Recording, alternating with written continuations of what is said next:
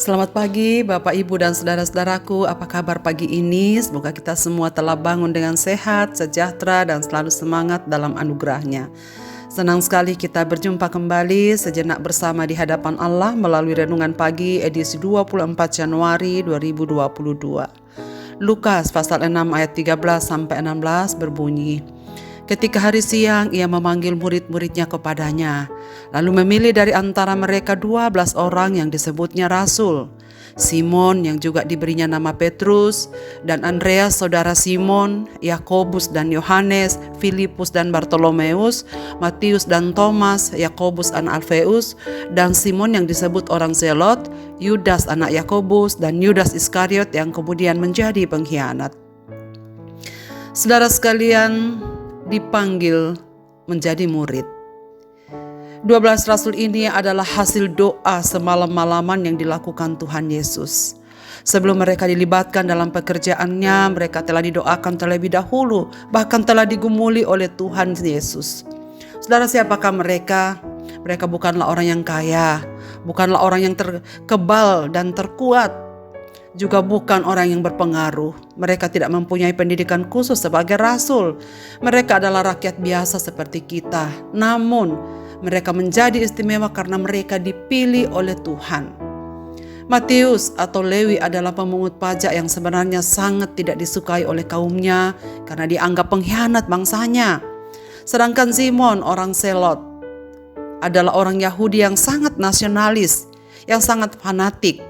Orang yang mati-matian menentang kuasa Romawi, yang aktif berjuang untuk kebebasan politik Yahudi. Saudara, kalau kita lihat latar belakang mereka, sungguh mereka adalah kombinasi yang aneh. Matius, orang yang bekerja pada Romawi. Simon, orang Zelot, bisa menjadi sahabat dengannya ketika Yesus Kristus memanggil mereka menjadi murid. Mereka berasal dari latar belakang yang berbeda, tetapi menjadi satu dalam tangan Kristus, sebab sekat dan jarak telah dibuka oleh Yesus sendiri. Dan di tangan Yesus Kristus apa yang tak mungkin menjadi mungkin. 12 orang murid dapat mengubah dunia dalam segala keterbatasan mereka, sebab mereka ada di dalam tangan Tuhan.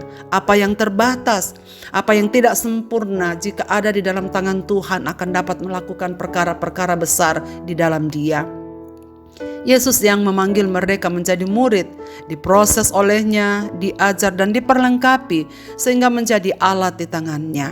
Saudara-saudara, kita menjadi murid Kristus bukan karena keinginan kita, bukan kita yang memilih dirinya, tetapi Ia yang telah memilih kita, telah menggerakkan hati kita untuk percaya dan menerima panggilannya.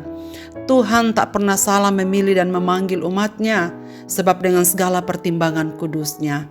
Jika saudara dan saya telah menjadi muridnya, bagaimanapun caranya, itu bukan karena inisiatif datang dari kita, tapi datang dari Dia dengan kasih yang kekal, karena Ia mau menyelamatkan saya dan saudara, dan kemudian melibatkan kita dalam pekerjaannya yang kudus dan mulia di dalam dunia ini. Mengapa kita yang dipilih? Bukan karena kita lebih baik dari yang lain, bukan karena kebaikan dan amal kita, bukan karena kecerdasan kita, tetapi karena kasih karunia Allah yang jatuh atas hidup kita. Sebagaimana yang dikatakan Paulus dalam Efesus pasal 2 ayat 8 dan 9 demikian. Sebab kasih karunia kamu diselamatkan oleh iman. Itu bukan hasil usahamu, tetapi pemberian Allah. Itu bukan hasil pekerjaanmu.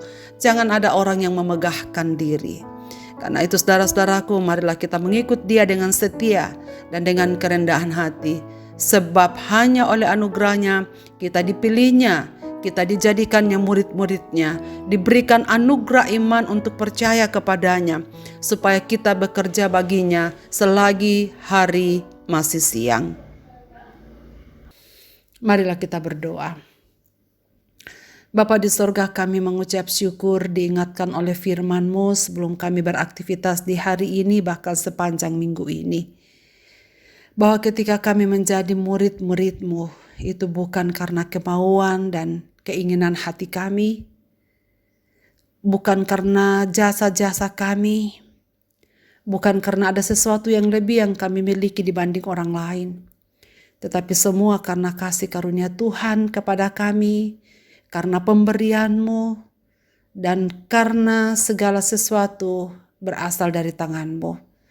Ya Tuhan, tolonglah kami supaya kami dapat menghargai panggilan-Mu dengan memberikan diri kami kepadamu untuk Engkau pakai.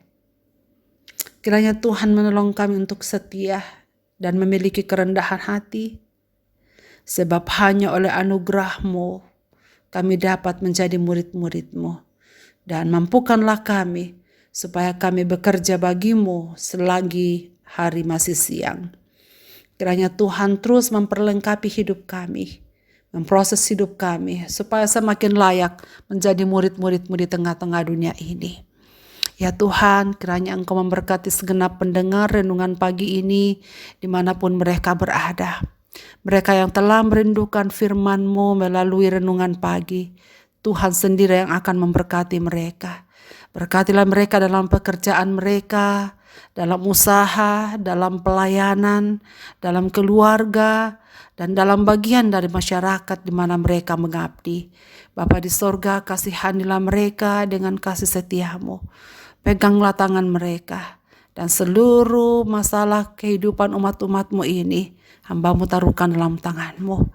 Berkenanlah Engkau memberkati mereka, supaya mereka tetap beroleh damai sejahtera dan sukacita mengiring Dikau di tengah-tengah dunia ini.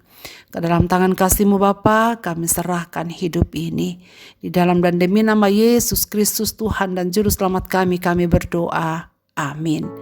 Selamat beraktivitas Bapak, Ibu, dan saudara-saudaraku. Tuhan Yesus memberkati kita sekalian.